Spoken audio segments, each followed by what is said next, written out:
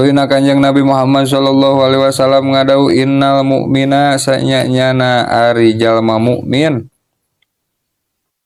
layan jusu eta henteu najis.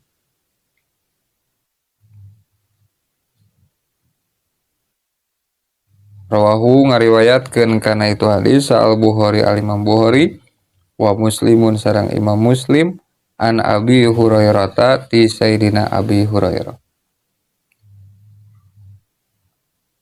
Taya teh lain najis saperti ayeuna najis anu ieu ya. Dangke urang kudu mun dinu ilmu hadis, urang kudu apal naon asbabul wurud gitu. Lamun dina Quran urang kudu apal naon asbabun nuzul. Napangna Kanjeng Nabi ieu nyarioskeun sanyana jalma mukmin teh layan jusu. Dina Quran mah bahasana teh ya ayyuhalladzina amanu innamal musyrikuna najasun gitu. Sanyana cenah jalma anu musyrik teh najis naonana ya. Oh, engke teh najis dina patekadanana. Kotor dina patekadanana atau patekadanana henteu bersih.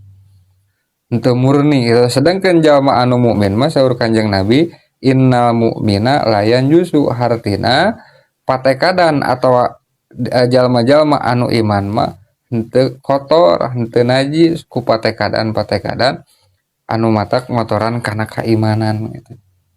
Anu matak mencederai kana keimanan. Dina ayat Quran mah aya bahasa innamal musyrikuna najasun gitu. Sanyana jalma anu musyrik najis.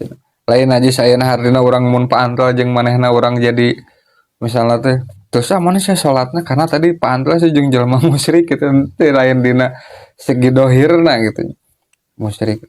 Oh dina patekadana ieu jalma kafir teh pinuh ku nulir ibarat najis.